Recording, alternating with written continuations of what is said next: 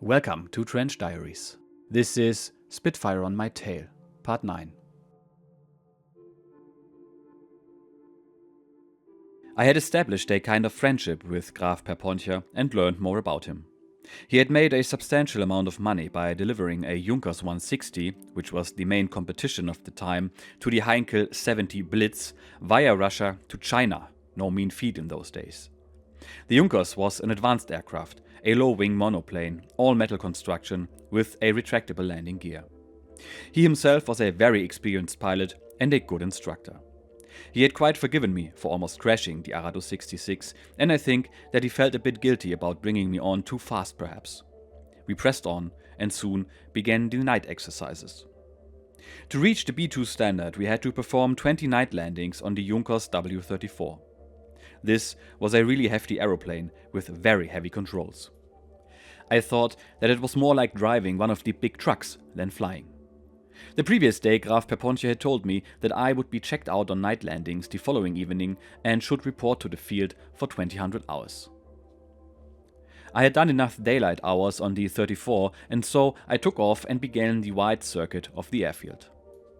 About halfway around Herr Graf took over to show me the correct approach. We came around and lined up on some lights and then began a descent. I thought that he was just demonstrating the alignment on the lights and setting the aircraft up for a landing, but it became increasingly obvious that he intended to land.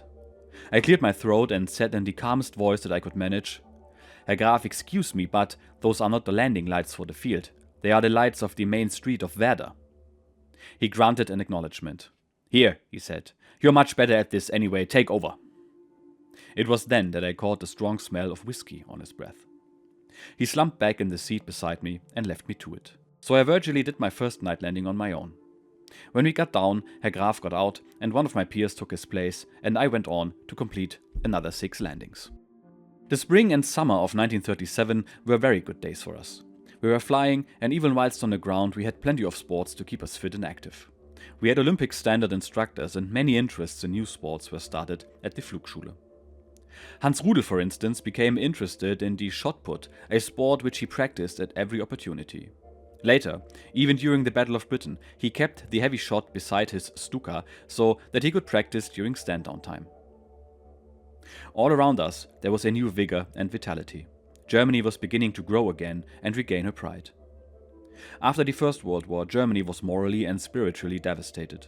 Most of her menfolk had fought a war that they felt they should have won had the leadership grasped the initiative at the right times.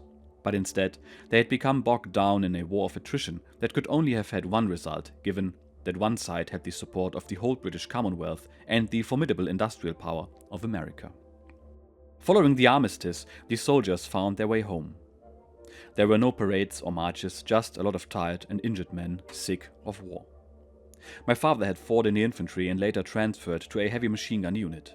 He had been commissioned and returned home as a decorated officer, but there was no warm welcome for him from the people for whom he had risked his life, only gangs of communists who tore off his rank markings and decorations and beat him up badly.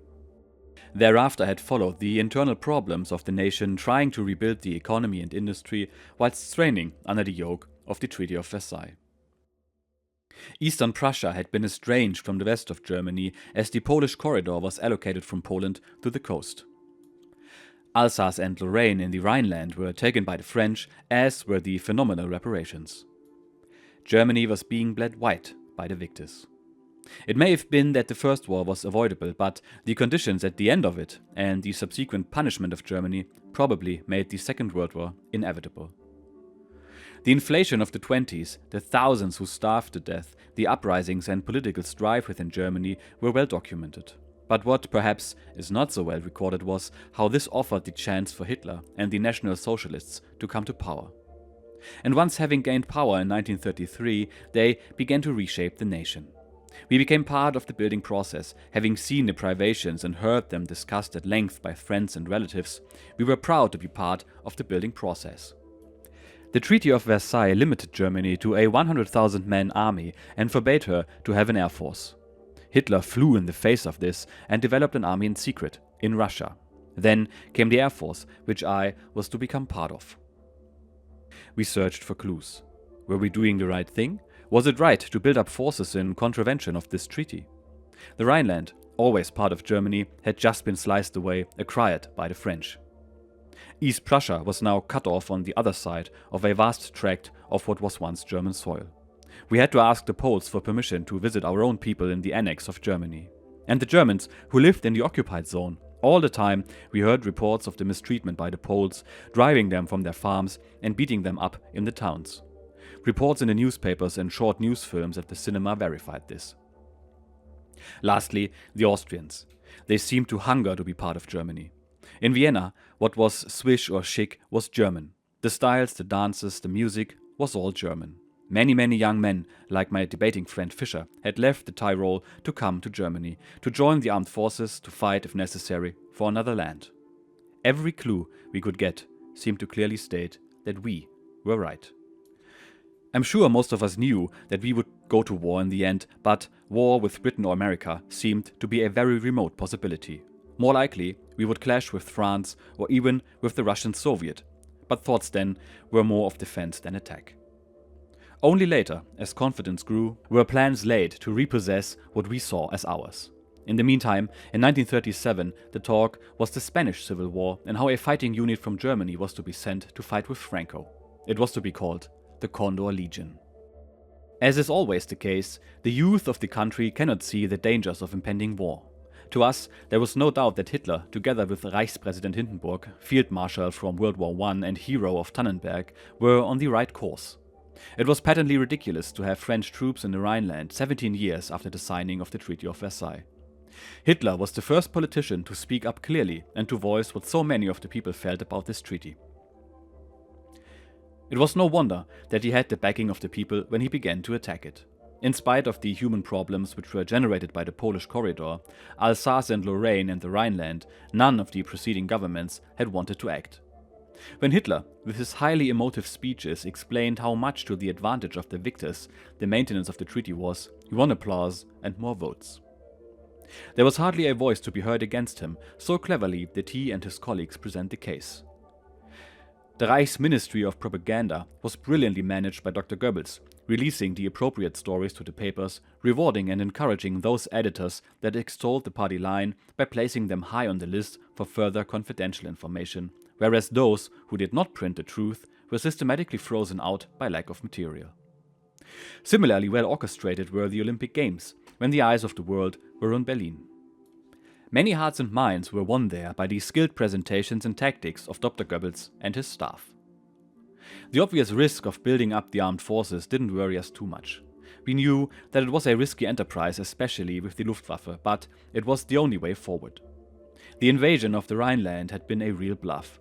Most of the Ju-52s were lone civilian types, and the majority of the fighters didn't actually have any armaments at all. Still, having overcome the first of the thorns in our national side, it was time to address ourselves one by one to the rest. We applauded this action. Every step gave Germany back some of her land and much of her pride. If only the French, for instance, had known how weak we were and retaliated, we wouldn't have stood a chance. Virtually all military units had the same standing order, which read, if any resistance is met, withdraw. After each campaign, every unit had the same litany read by the commanding officer at a full-dress parade. All personnel would be fully armed and in field kit, the band would be playing as they assembled, and then the CO would read his prepared speech. The same speech was read throughout the services, no local improvisation was allowed. It went as follows. Once more, we have been instrumental in the rationalization of a compromising situation inherited from the destruction of Germany and the Austro-Hungarian Empire to the advantage of the German people, towards the progress of the economy and, most importantly, towards the progress of Europe. Now, who was to safeguard this for the future? It was the Wehrmacht, of course, the army, the navy and the air force. It was us who would provide the cutting edge of the sword with which Hitler would achieve ultimate justice and freedom for the German people. Everywhere we looked, we could see that things were improving. No more deaths from starvation, no more inflation, and no more unemployment. We had begun to lead in Europe again. Germany was the first to build the Autobahn. German Mercedes and Auto Union cars were first over the line in the major European car races. Aircraft from Junkers, Heinkel, Dornier and Messerschmitt were flying higher, faster, further and more economically than any other in the world. The economy was booming, and with the formation of groups like Kraft durch Freude, people who worked hard began to travel outside Germany on cruise ships, returning with first-hand experience of the plight of other parts of Europe and extolling the virtues of the German way of life. A great national pride had been restored, and we backed further progress all the way. The quicker we build up and consolidate, we reasoned, the less chance there will be that we might lose it all again. The Nuremberg rally was one of the means of reinforcing the power of the party in the minds of the people. Every year the great rally took place, and the newsreels and newspapers were full of it. With such scenes, how could we possibly fail in the future? Although the thought of being present at such an event was thrilling, it was cooled by the practical fact that if we were chosen to participate, we would fall behind in our flying time. And really, that was all we wanted to do, fly more and more, and get onto the powerful fighters and bombers as soon as we could. Then it was made clear to us by the platoon leaders and Hauptmann Pilger that anyone who volunteered and was selected for this period of substantially harder drill instruction would have their flying time made up double after Nuremberg. We would have priority over all other pupils until we had caught up on our hours and gone in front by a comfortable margin. That was a good incentive. The other was pride. We were still treated as second-class soldiers by the other two more senior arms of the Wehrmacht. We still had to suffer the catcalls of Schlipssoldaten whenever we were in the company of the army or the navy. Similarly, both the army and the navy were naturally proud of their traditional mastery of military drill. Our instructors confided that it was the intention that we should put the senior services to shame by producing an outstanding show of marching and drill. I had wanted to participate, always having had a liking for these exercises. It had only been the thought of losing out on my flying time that had prevented me from volunteering right away. There was something very satisfying in being a member of a crack drill unit. I don't think it's anything to do with it being a military exercise. I've never really been a militarist, but something about being part of a well-trained team. Precise and well-executed drill looks good whether you are soldiers, Boy Scouts or the Salvation Army. There is some kind of pride and spirit which you see creep into a raw platoon the first time that they march in harmony, the first time that all the boots come to attention together and not, as it has been for weeks, like the sound of a cow shitting, as many of our instructors would have it. Corporals worldwide seem to have a knack of expressing the vernacular in the most apt and colorful way. I don't know what the mechanics were, modern psychologists might call it group reinforcement or similar, but at the time it was just a good feeling when 120 rifles were slapped in unison to "Präsentiert das Gewehr!" or the united crash of the same number of boots just 2 full paces after the order "Kompanie, halt!" There was to be 1 platoon from Werder, and the whole company was tested as individuals before the final selection for training was made. 1 platoon out of each of the Luftkriegsschule, Gatow, Dresden and us at Werder. The 3 platoons would make up 1 Fähnrichskompanie, just 1 company, a third of the Luftwaffenbataillon that was to represent the new arm of the Wehrmacht at Nuremberg. The other 2 companies were drawn from the Fallschirmjäger, the airborne infantry, an elite unit tasked with guarding only the most sensitive installation and personnel of the Luftwaffe. We were to take on the tradition and expertise of both the Navy and the Army and to try to beat them at their own game. There would be a fly-past by aircraft of the Luftwaffe, there would also be a representative parade of machines from the Army, so there was no real competition there. But to take them on at their own game was the challenge. I managed to qualify for selection by the individual tests, and then our training began. It wasn't too bad, but our flying really suffered. It almost became a treat to climb into an aircraft for a short flight, to feel the freedom of the air again. Very soon, we were off to Nuremberg, hoping that our mission would be a success. We arrived by train in the middle of August 1937 and were conducted to the Zeppelinfeld, where a small city of large and well-ordered tents had been erected. Like everything at Nuremberg, it was on a grand scale, a showpiece. From there, we would be transferred every day to the practice ground where the rehearsals took place. It soon became apparent that we were better prepared than the competition, and it was many of the Army Feldwebel who raised an eyebrow to see the Schlipsoldaten march and drill. At first, the idea was that we would march past in Kompaniefront, that was with the whole platoon, 30 in a row, 3 rows to the company. The aim, apparently, was to reduce the actual time that it took the whole parade to pass the days. The idea was fine for marching in straight lines, but when it came to wheeling right or left, the men on the outside couldn't keep up, even if they broke into a run. The result was pure chaos. The infantry commander almost wept as he saw the mess. He couldn't seem to understand why things didn't work. "But they are all hand-picked men," he would shout.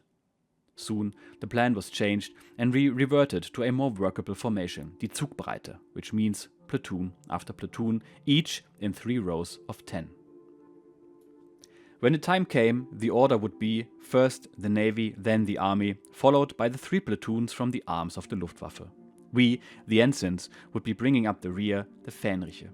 The whole parade was orchestrated to military music via a complex network of loudspeakers. As we approached the parade line, we knew that we were being watched by Hitler, Göring, Hess, Goebbels, the whole crew. We couldn't pick them out, of course. They were amongst the vast crowd, high on the stands. The order "Achtung!"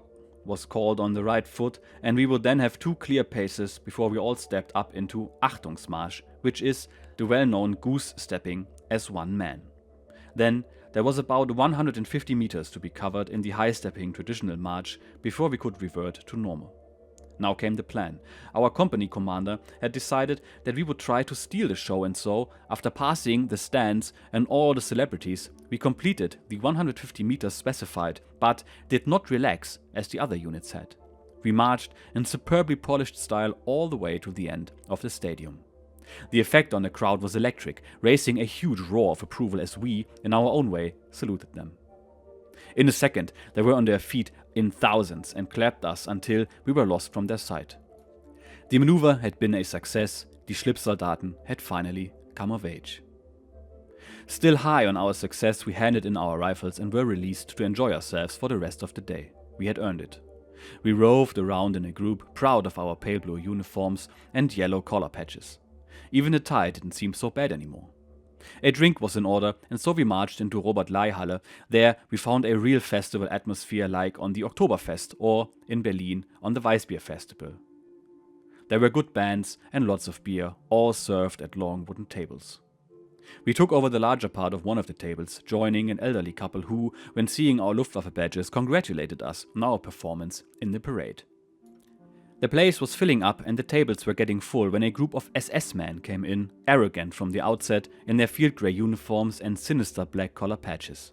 Right away, they began to throw their weight about, demanding the place where the elderly couple and their friends were sitting. We decided that this wasn't on and stepped in. Very quickly, the situation became heated, and more than one of us was reaching for their short parade bayonet.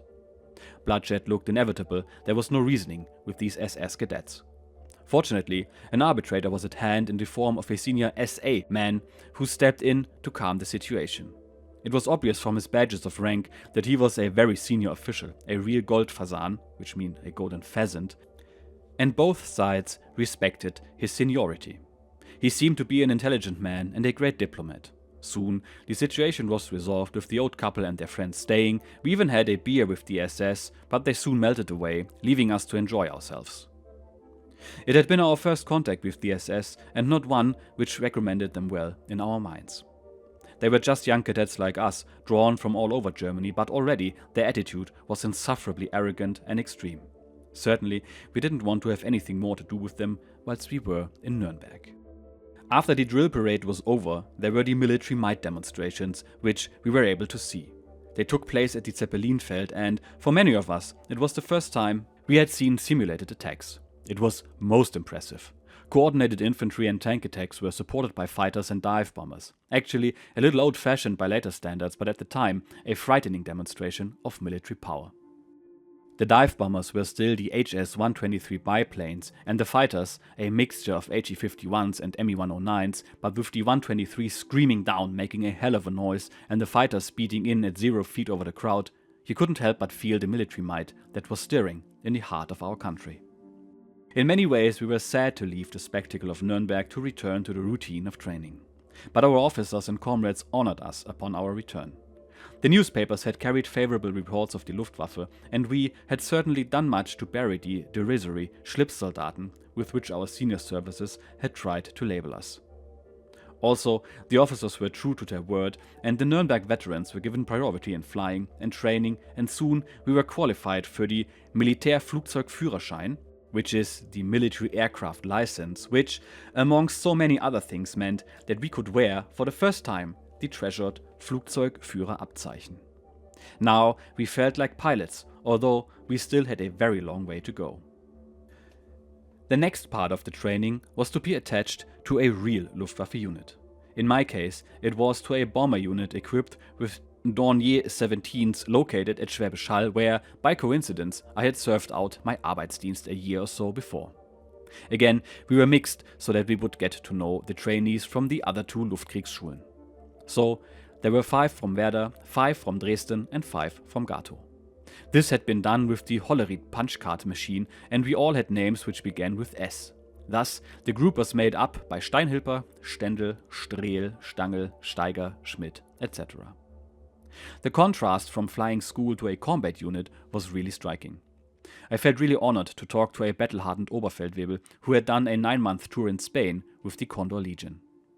They talked real tactics, learned from experience in the front line, and we young lads sat entranced, hanging on every word. It was both thrilling and frightening to realize that what we were really training for was a shooting war, where only our skill would tell if we survived to tell our stories or not. Up to that time, I hadn't had too much experience in what could be called frontline aircraft.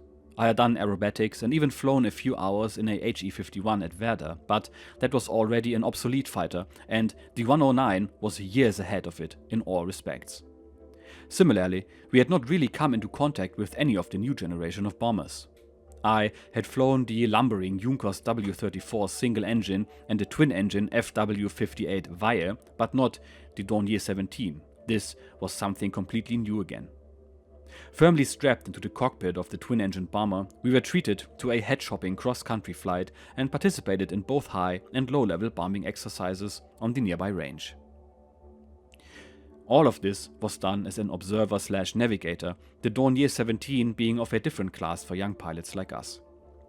I did, however, manage to get a unique experience on a Heinkel Cadet which had been fitted with skis. We were now well into the beginning of the winter, and the weather conditions had been consistently poor for flying. I was beginning to feel that I'd never get back into the air again. Then, one very icy day, I was offered a chance to take a little cadet up. I was so anxious to get back into the air that I wasn't too worried about the strong winds. I climbed in, fastened my harness, but I had hardly pulled the straps down firmly when the howling wind really took hold, and I was sliding along out of control. For a moment, I was completely lost. There were no brakes to apply, and looming large were the huge steel doors of the hangar. In desperation, I pushed the throttle full into the firewall and, at last, I felt some side pressure on the rudder. I had control again. The concrete apron on the hangar was just sheet ice, and the wind still toyed with my little cadet as I tried to keep what little control I had. I was so anxious to fly again that I just rode it out until I could see my way clear and then just let her go. With a few bumps and the rumbling of the skis, I felt the lightness which comes as the plane breaks contact with the earth, and I was up into my medium again, the freedom of the sky. Landing was exciting in the same way, but I had learned a lot about the feel of the aircraft by then. Still, there was no way I was going to get it back into the hangar unassisted, and so I cut the motor and, with the help of some mechanics, we manhandled the Heinkel back into the comparative shelter of the hangar. Training with the squadron was alright, but I wasn't too keen on the very heavy drinking in the mess. There was a hard core of aircrew and pilots who had served in Spain, and they seemed to be really well off financially. Spain had been an outstanding experience for them, a new lifestyle, and they seemed to feel that drinking was an integral part of their status as veterans.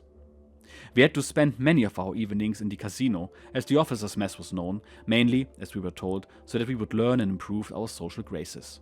The weather played a significant part in the drinking activity at night. The worse it was, the less flying was done, the more morose the pilots got, and the more they drank. This affected us badly, being the butt of some of their more unpleasant drunken behavior. We, the Fähnriche, had our meals in the casino and often got involved with the Spaniards when we didn't want to. On one occasion, about 12 of the 15 ensigns were present in the mess and were ordered to stand in a line in front of the audience of experienced officers. They had decided that we hadn't been correctly tanked up, and orders were issued to the white-coated Ordonnanz, which were the mess orderlies, to supply glasses of beer to us. Then, one of the officers would order, "Gewehr, über!" and we all had to empty our glasses at the same time. Then, before the beer had had time to reach our stomach, the orderly was pressing another foaming glass into our hand. This lasted until we could hardly stand up anymore, or still worse, like myself, we began to vomit.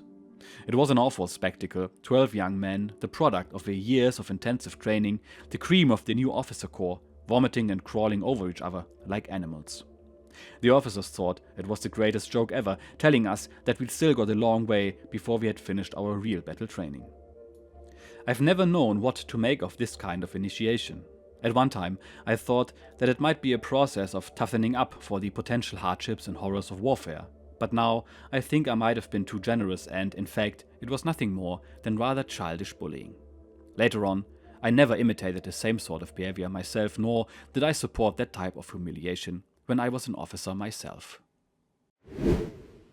Lots of drinking in this episode, first with his flight instructor smelling of whiskey, and then with the compulsory drinking later on.